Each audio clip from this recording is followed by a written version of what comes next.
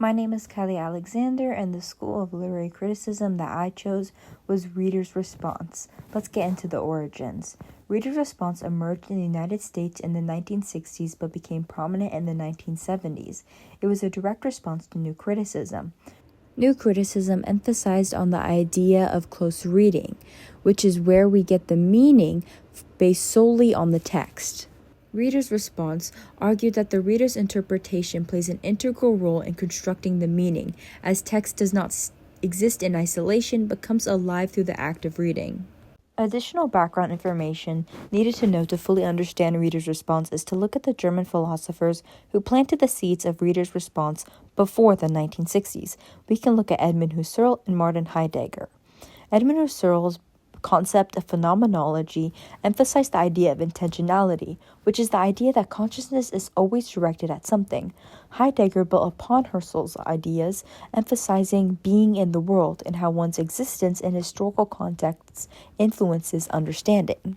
Additionally, Hans Gadamer established the idea of hermeneutics in his book Truth and Method, which further shaped the school of thought by arguing that the interpretation is a dialogue between the reader and the text. Moving on, in order to properly apply Reader's Response theory, we have to ask ourselves a set of questions. How does the story resonate with me? What emotions or memories does it bring up? How do I interpret the character's actions and motivations based on my own experiences or values? Asking ourselves these questions is extremely helpful, especially considering that there are many different types of reader response. First, we have transactional reader response theory. Established by Louise Rosenblatt in her book Literature as Exploration, transactional reader response theory suggests that meaning doesn't just come from the text itself. It's built from the interaction between the reader's emotions, background, and imagination with what's written on the page. And of all the different types of theories, this is the most general one. For transactional theory, there are two different types. Efferent, which is when you are analyzing for the information and the facts, and aesthetic is when you're analyzing for the connection and the deeper emotional level. Next, we have affective stylistic, which was established by Stanley Fish in the 1960s. Affective stylistic looks at how a text style and language stir emotional reactions in readers. It focuses on things like word choice, sentence structure, and sound effect on how we feel and about what we read.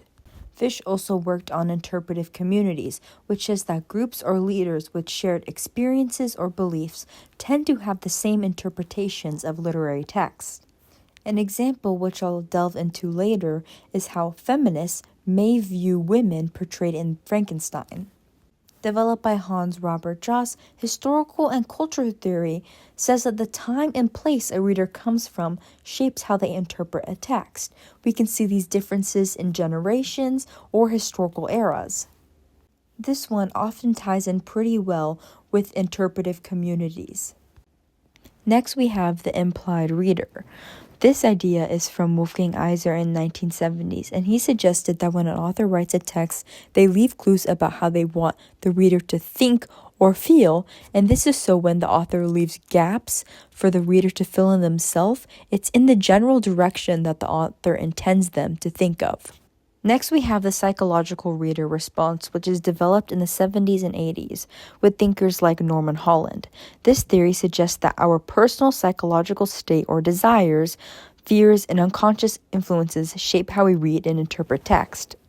All of these theories heavily overlap because it doesn't have anything to do with what the author's intent or what the author is trying to do, but rather the subjectivity in the reader's experiences and background.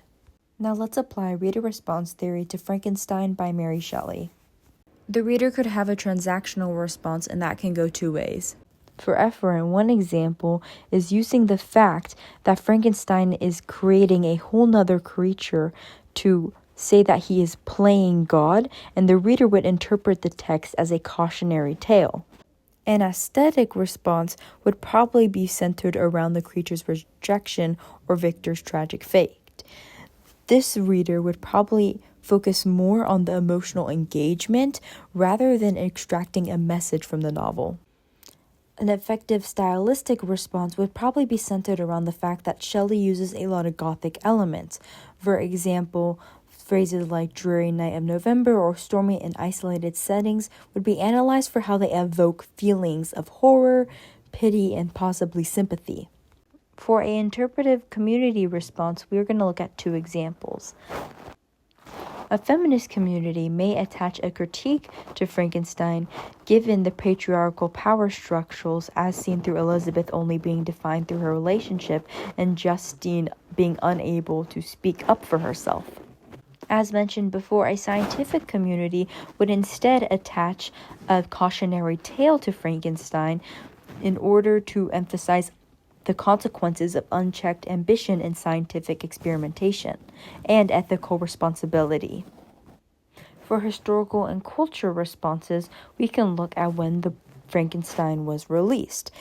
It was released in a time when there was a lot of anxiety around the Enlightenment era, and a reader from that time may see Frankenstein as a reason to be skeptical of that in the Enlightenment era. In a modern context, readers might interpret it through bioethics, focusing on issues like cloning or genetic engineering and AI. For the implied reader, Shelley is assuming that the reader is someone who has somewhat of a grasp on ambition, morality, and human suffering. So when she leaves the family's reaction to Victor's death unknown, the assumption is that the interpretation is along the lines of how one's actions affects those around them. Lastly, someone who has a deep fear of being left alone or abandoned would be unable to see Frankenstein's reasoning for leaving and rejecting his creature and therefore have more sympathy for the creature when interpreting the novel. Thank you for listening.